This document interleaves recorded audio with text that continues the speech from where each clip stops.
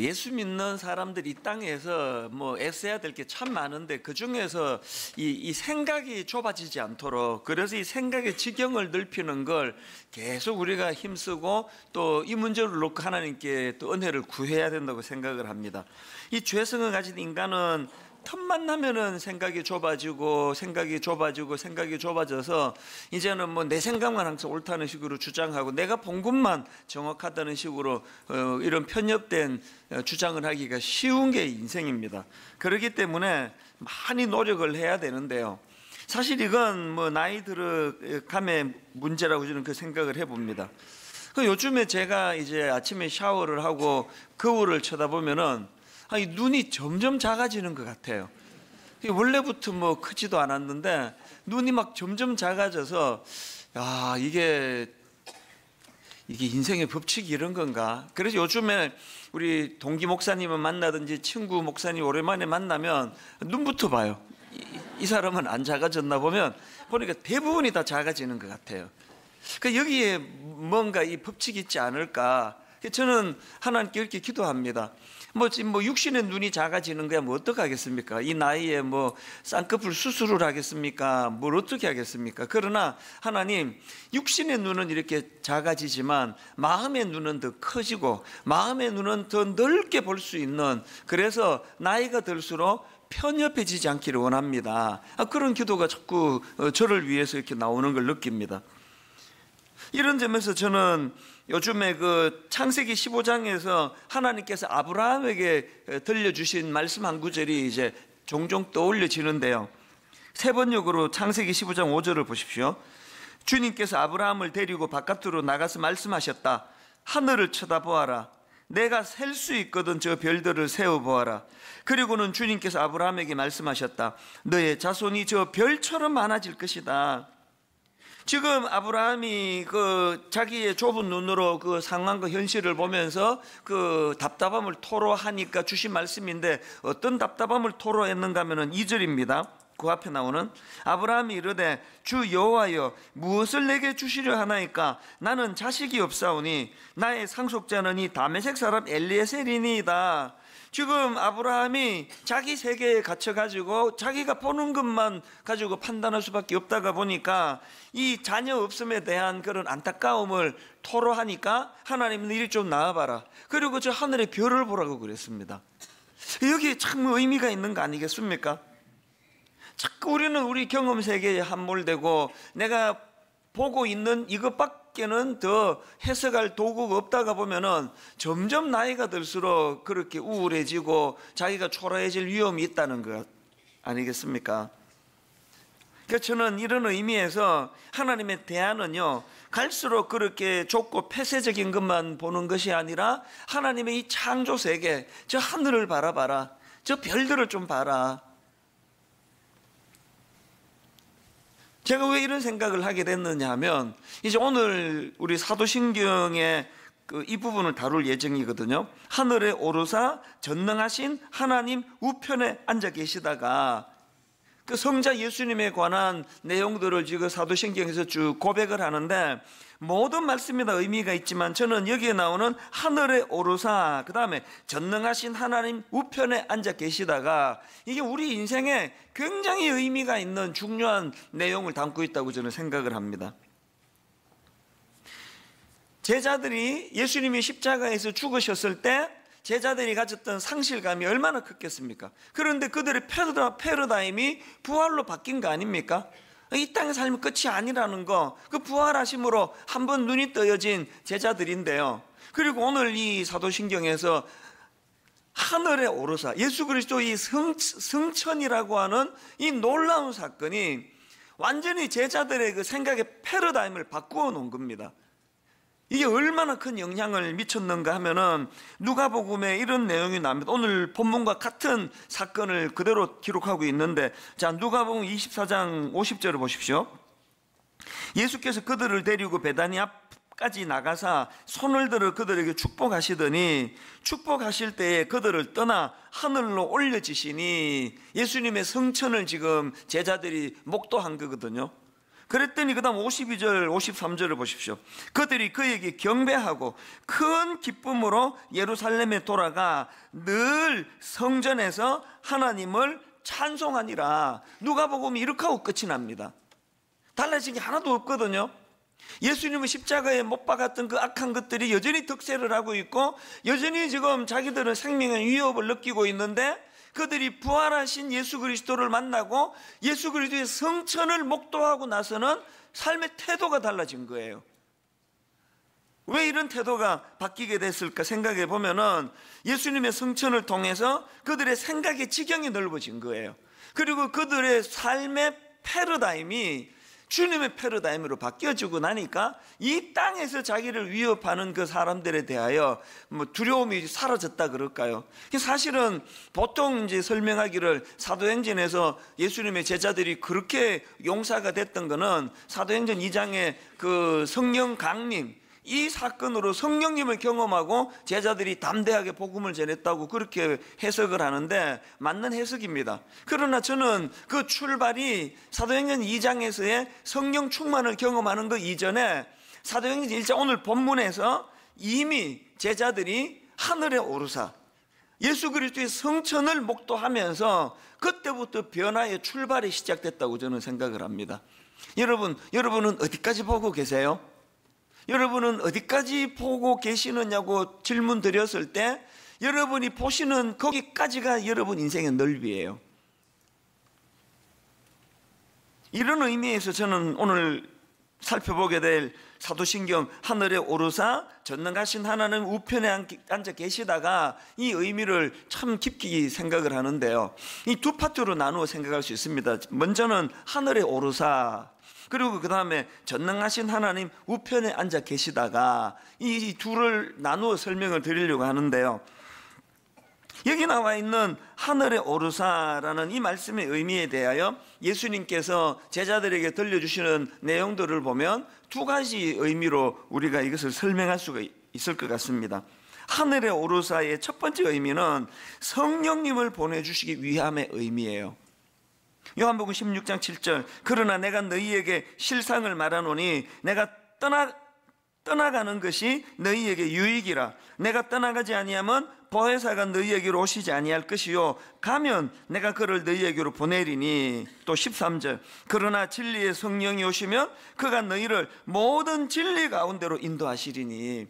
예수님의 성천의 의미를 주님께서 어떻게 부여하십니까? 그 의미를 육신을 갖고 오신 주님께서 이 한계를 가지고 있는 사람을 만나고 할 때에 제한을 받으시는 이 제한 받으심이 이제 성령을 보내주심으로 그것들이 다 파괴가 되는 겁니다. 내가 성천하는 게 너희들에게 유익하다, 이렇게 말씀하시는 의미가 여기에 있는 거고요. 그런가 하면 두 번째로 하늘에 오르사의 의미를 그 처소를 예비하러 가심, 이렇게 의미를 부여하십니다. 요한복음 14장 2절 내 아버지 집에 거할 곳이 많도다. 그렇지 않으면 너희에게 일렀으리라. 내가 너희를 위하여 거처를 예비하러 가노니. 저는 이 두 가지가 참 예수님이 우리 신앙생활에 요구하시고 원하시는 균형을 담고 있다고 생각합니다. 저는 우리 부교육자들에게 종종 이런 이야기를 하거든요. 목회라는 거는, 그리고 특히 담임 목사가 된다는 거는 바로 우리 성도님들에게 오늘 저녁에 드실 영적인 찬거리도 준비해야 되고, 그런가 하면 동시에 5년 뒤 10년 뒤에 이 교회가 우리 성도님들이 어느 방향으로 가야 될지를 제시해주는 이 원건 두 가지가 같이 나가는 게 목회다. 그래서 오늘 바로 이 설교를 위해 가지고 한 주 내내 찬거리를 준비하고 추석을 보고 성경을 읽고 묵상을 하고 이런 일들을 게을리하면 안 되고요. 그런가 하면은 그저 오늘 설교를 어떻게 잘 할까 이렇게만 머물면 안 되고, 늘 이 교회가 5년 뒤 10년 뒤에는 어떻게 가야 되는가. 그 가정의 부모님도 마찬가지 아닙니까? 가장이 된다는 의미는 오늘 저녁에 이 아이들의 어떤 필요를 채워주는 일용할 양식에 대한 문제도 해결해 줘야 되지만 늘 이 아이에게 일생을 걸고 달려갈 수 있는 꿈을 품을 수 있도록 방향을 가르쳐 줘야 되는 게 그게 부모의 역할이라고 생각하거든요. 이런 맥락으로 오늘 이 예수님의 말씀의 그 균형을 한번 보십시오. 아까 두 가지 말씀드렸지 않습니까? 예수님의 승천의 의미가 성령을 보내시기 위함. 이거는 제자들의 오늘의 삶, 현재의 삶을 위하여 주님이 주시는 말씀이고요. 그런가 하면은 처소를 예비하러 가심, 내가 너희를 위하여 거처를 예비하러 가노니, 이거는 뭘 의미합니까? 지금 당장 인도하심과 공급도 중요하지만 궁극적으로 너희들이 뭘 지향해야 되고 어디를 향해 가야 되는지를 할 수 있도록 예수님이 지금 가르쳐주고 있는 거 아닙니까? 예수 잘 믿는데 그저 오늘에 필요한 것만 구하고 계시면은 그건 시야가 너무 좁은 거고요. 또 반대로 그저 설교라는 게 그냥 뭐 10년 뒤에 이렇게 될 거다, 20년 뒤에 이렇게 될 거다는데 오늘 현재 양식을 잘 준비를 못한다면 그 교회도 건강한 교회라고 할 수 없습니다. 이 둘의 균형이 필요하거든요. 그런가 하면은 또 오늘 본문 사도행전 1장 9절을 한번 보십시오. 이 말씀을 마치시고 그들이 보는데 올려져 가시니 구름이 그를 가리어 보이지 않게 하더라. 여기 나오는 구름은 하나님의 영광과 임재를 나타내는 이 쉐키나의 구름이에요. 이 쉐키나의 구름, 구약에서 하나님의 임재와 영광을 드러낼 때에 이런 표현을 종종 쓰는 것을 여러분 보시지 않습니까? 그게 인간의 행위가 아닙니다. 우리가 교회에서 영적으로 충만을 누리려면 이 쉐키나의 하나님, 영광의 하나님, 임재하시는 하나님, 오늘도 하나님의 임재와 영광 속에서 승천하신 그 주님께서 우리를 인도하고 계시다는 사실을 확신할 때 우리 삶에서 지경이 얼마나 넓어지는 것을 경험하게 된다는 사실입니다. 이게 하늘에 오르사 이 고백의 의미고요. 그런가 하면은 그 다음 나오는 하나님 우편에 앉아 계시다가, 이 표현은요, 그 성경에 보면은 신인 동형론적 표현법, 제가 몇 차례 이거 설명을 드렸는데요, 하나님은 인생이 아니에요. 그런데 너무나 광대하시니까 이 설명할 길이 없는 겁니다. 하나님에 대해서 우리가 뭐 어떻게 설명하겠으며 그럼 어떻게 알아듣겠냐고요. 그래서 이 무지한 우리 인간이 알아듣기 쉽도록 신인 동형론적 표현법, 그러니까 하나님을 이 사람과 같은 형태를 지닌 것처럼 표현하는 설명이 이게 신인 동형론적 표현법이에요. 그러니까 지금 하나님 우편에 앉아 계시다가, 그래서 어떤 분들은 뭐 별 걱정을 다 합니다.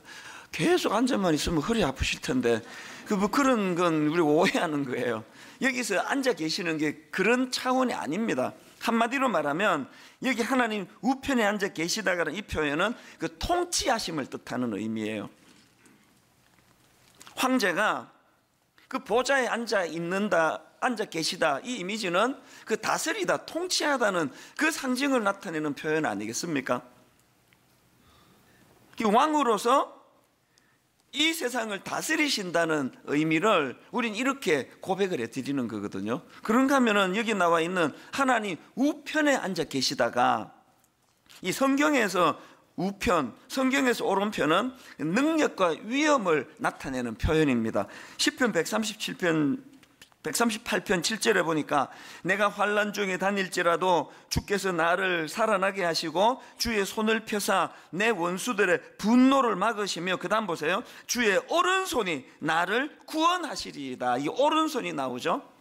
또 에베소서 1장 20절도 보십시오. 그의 능력이 그리스도 안에서 역사하사 죽은 자들 가운데서 다시 살리시고 하늘에서 자기의 오른편에 앉히사 모든 통치와 권세와 능력과 주권과 이 세상뿐 아니라 오는 세상에 일컫는 모든 이름 위에 뛰어나게 하시고, 그러니까 하나님 우편에 앉아 계시다는 건 우리를 통치하고 다스리시는 왕으로서의 예수 그리스도를 고백하는 것과 동시에 오른편에 계심, 위엄과 또 왕으로서의 권위와 또 왕으로서의 능력을 가지고 우리를 다스리시는 주님이시다.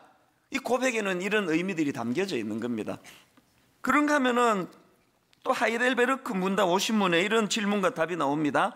왜 그 다음 귀절은 하나님 우편에 앉으시고입니까? 답이 이렇습니다.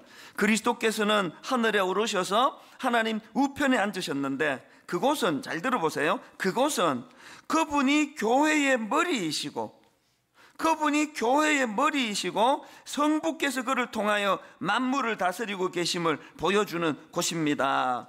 그 김헌수 목사님이 쓰신 하이델베르크 요리문답 강해에 이 부분을 강조해서 설명하는 글을 제가 보았는데요, 성천하신 예수님께서 하나님 우편에 앉으신 것은 자신을 교회의 머리로 나타내기 위한 것이고, 성부께서는 그분을 통해서 만물을 다스리신다고 해석하였습니다. 그리스도께서는 교회의 머리로 하늘에 계십니다.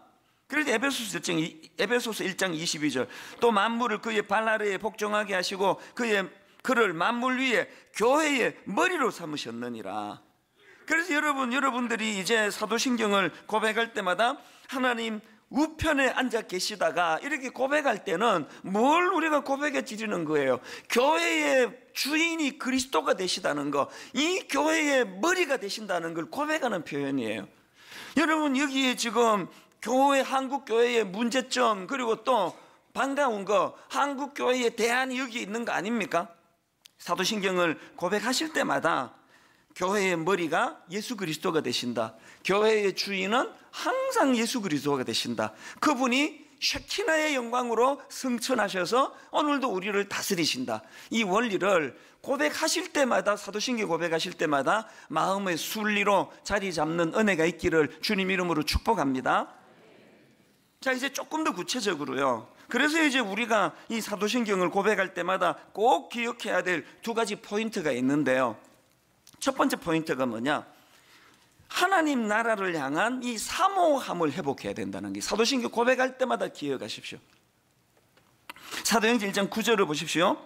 이 말씀을 마치시고 그들이 보는데 올려져 가시니 구름이 그를 가리어 보이지 않게 하더라. 10절, 올라가실 때에 제자들이 자세히 하늘을 쳐다보고 있는데, 3년 동안이나 그 찬양은 늘 제게 은혜가 돼요. 허물 많은 베드로를 용서하시고 의심 많은 도마에게 확신 주시고 사랑하는 그의 제자 가슴에 안고 부드러운 사랑으로 인도하시네. 이 제자들이 3년간 이 노래를 부르며 주님을 따랐던 거 아닙니까? 늘 한결같이 품어주시고 자기 사람을 사랑하시되 끝까지 사랑하시는 그 주님의 사랑을 3년간 누리다가 그 주님이 성천을 하시고 나니까 당연히 올라가실 때에 제자들이 자세히 하늘을 쳐다보고 있는데, 여러분, 나 장로인데 나 믿음이 좀 좋은데요 그러는데 하나님 나라에 대한 소망이 없으면 그 믿음 가짜예요. 내가 예수 그리스도를 너무나 사모한다면 그 사모하는 주님이 가 계신 하나님 나라를 어떻게 그리워하지 않을 수 있겠냐고요. 늘 마라나타 주 예수의 오시옵소서, 그것과 동시에 우리는 하나님 나라를 사모하는 게, 하나님 나라를. 제가 고등학교 1학년 때 전가족 이민을 가족들이 떠나셔가지고 저는 그때 누나네 집에 잠깐 얹혀 지냈거든요. 둘째 누나 집에 얹혀 있는 동안에 어머니가 얼마나 그리운지, 미국 가 계시는 동안에 가보지도 않은 미국, 뭐 어떤 데인지도 모르는데 늘 미국이 그립더라고요.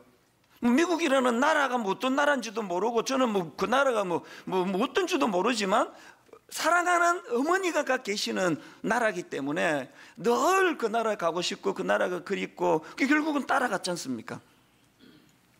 여러분, 우리가 주님을 사랑하신다면요, 하나님 나라를 향한 이 사모함, 그래서 여러분이 잘 아시는 마가복음 15장 43절에 보면은 아리마대 사람 요셉이 와서 당돌이 빌라도에게 들어가 예수의 시체를 달라 하니 이 사람은 존경받는 공회원이요. 그 다음 보세요. 하나님의 나라를 기다리는 자라.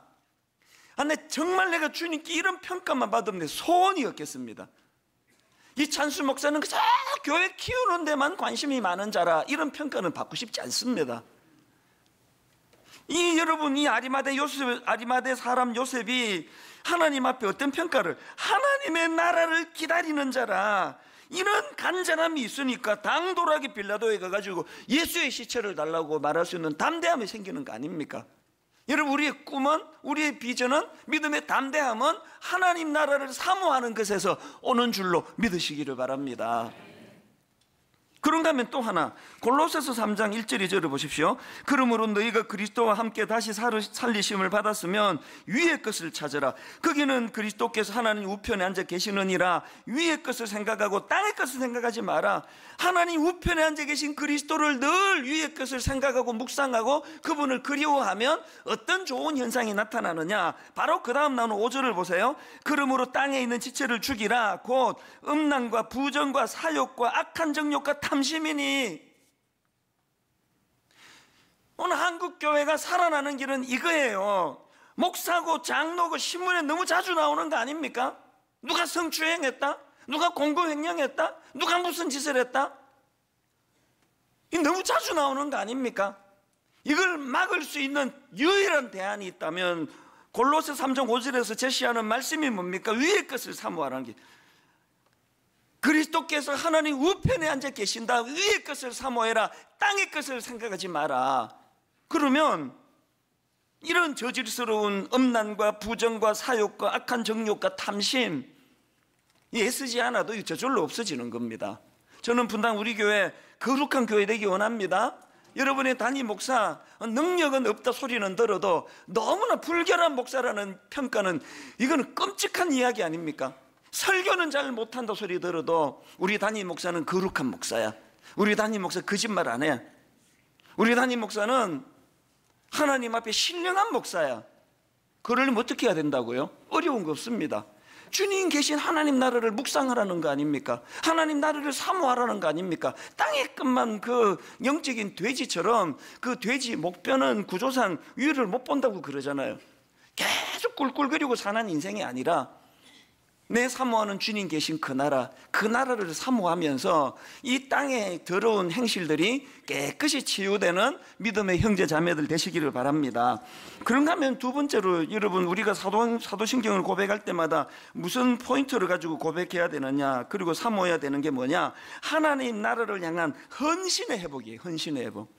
하나님 나라를 향한 사모함도 회복해야 되지만 하나님 나라를 위한 헌신, 이게 참 중요한 겁니다. 11절에 하늘만 보고 있는 제자들에게 이런 권면을 합니다. 11절 보니까 이르되 갈릴리 사람들아 어찌하여 서서 하늘을 쳐다보느냐? 너희 가운데서 하늘로 올려지신 이 예수는 하늘로 가심을 본 그대로 오시리라 하셨느니라. 하늘만 쳐다보고 사모하는 거 좋은데 그것만 보고 있으면 안 된다는 겁니다. 제가 한국에 그 신학교로 들어가던 90년대 초에 담이 선교회라고 온 대한민국을 바깥 뒤집어 놓은 그 종말론자들이 있었잖아요.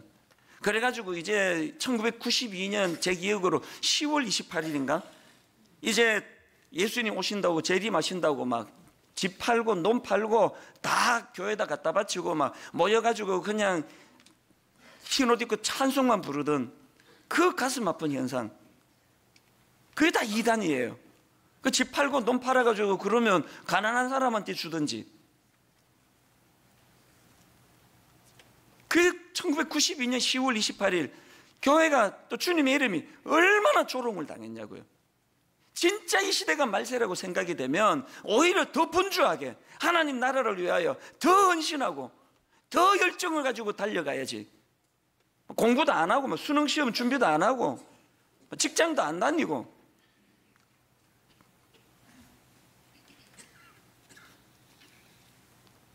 우리가 하나님 앞에서 늘 은혜를 구하고 사모한다면, 하나님 나라를 사모한다면 이 땅에서 하나님 나라를 건설하는 데 작은 보탬이라도 되기 원합니다.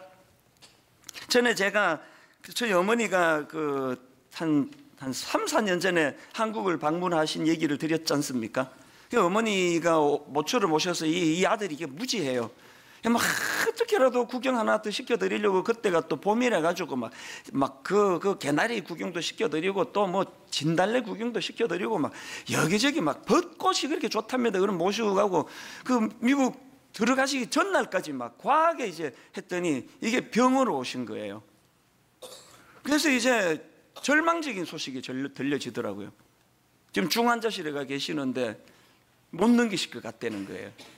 그럼 우리 형제들이 저보고 너무 가책 느끼지 마라, 네 잘못 아니다, 연세가 드셔서 그렇다, 이렇게 자꾸 위로하고 그런 정도였는데요.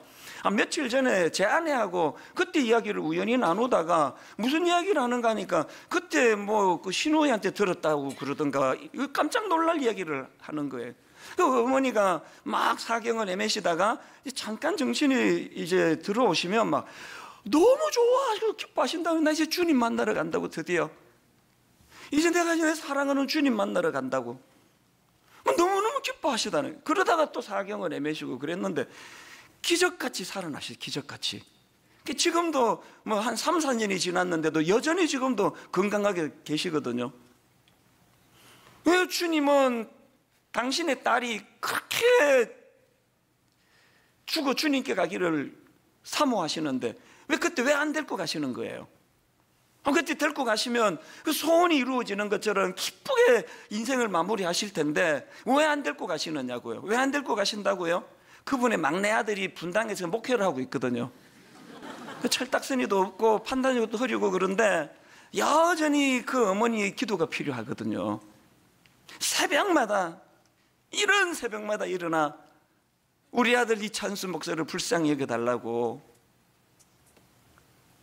여기 우리 어른들이 몇 분 계시는데요, 농담으로라도 이런 말 하지 마세요. 내가 죽지 못해서 한다.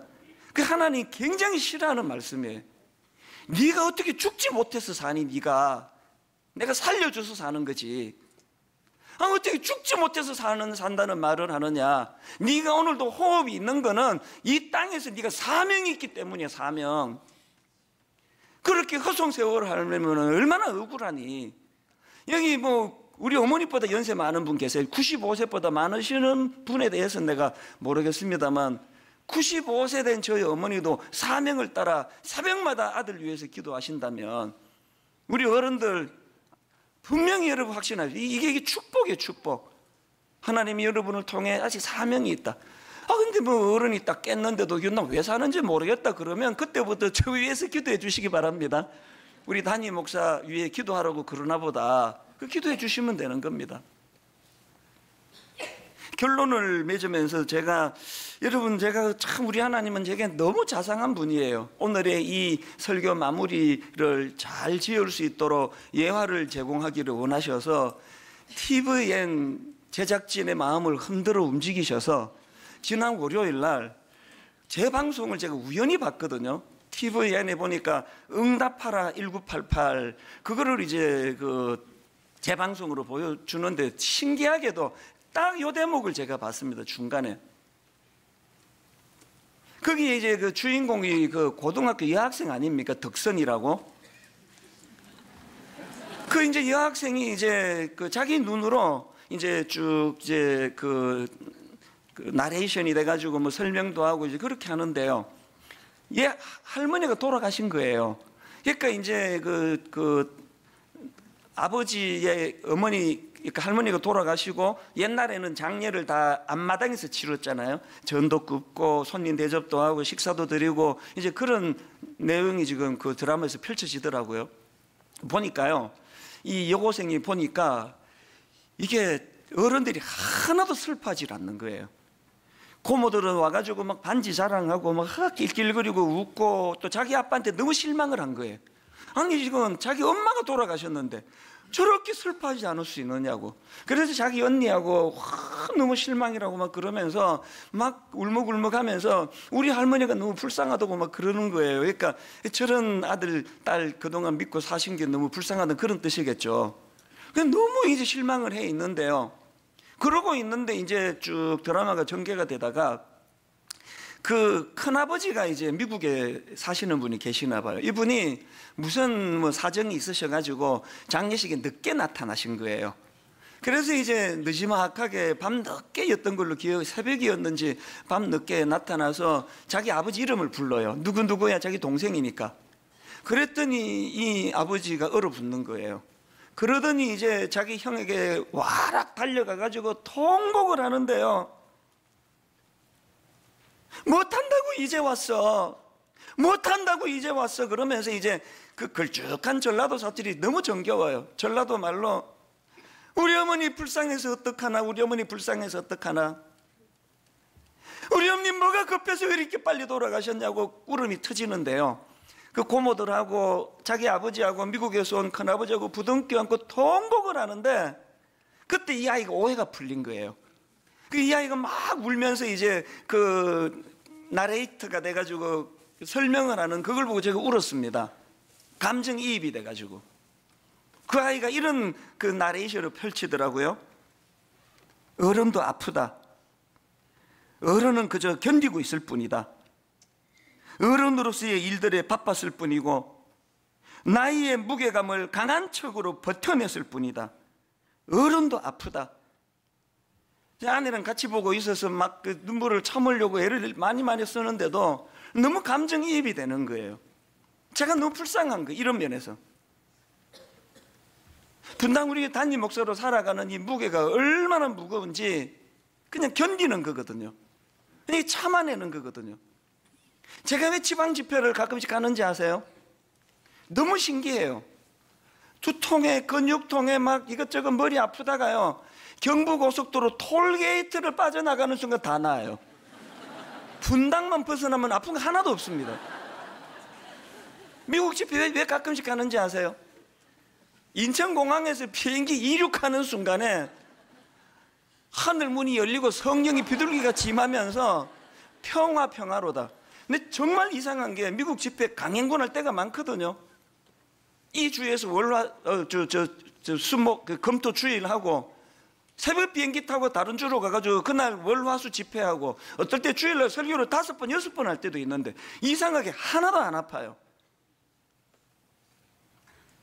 분당의 공기가 무거운 거예요. 공기가 뭘 의미합니까? 이 작은 그릇에 분당 우리 담임 목사 노릇하는 게 그만큼 힘들다는 거 아닙니까? 그날 그 드라마를 보면서 저는요, 이거 우리 모든 아들 딸들이 다 봤으면 좋겠다 싶더라고요. 니들이 이렇게 철딱서니 없이 살아도 문제 없는 것, 그만큼 이 가정에 니네 엄마 아빠가 그 무거움을 견디고 있는 거다. 견디고 하나님 나라를 위하여 늘 우리 어머니처럼 하나님 나라를 사모하면서도 이 땅에서 사명이 남아있어 이 교회의 아들 담임 목사인데 눈물로 기도하는 그 일들 해나가면서 견디는 거예요. 견디는 거. 결론을 맺습니다. 이 땅 누리고 즐기는 곳 아닙니다. 견디는 곳이에요. 사명으로 무거운, 오늘 성령님이 그 예수 믿는 가정의 엄마 아빠 그 가정을 지키려고 견디고 계시는 많은 분들을 위로해 주시기 바랍니다. 그리고 또 늘 하나님 나라를 사모하면서 이 땅에서 그 다미성교회처럼 뭐 회사도 때려치우고 뭐 수능도 다 때려치우고 이게 우리의 도리가 아니고요. 하나님 나라 건설을 위하여 참 힘에 겹도록 수고하며 견뎌내는 이 과정이 우리들이 신앙 고백을 통해서 늘 의미가 부여되는 그런 신앙생활 되시기를 주님 이름으로 축복합니다.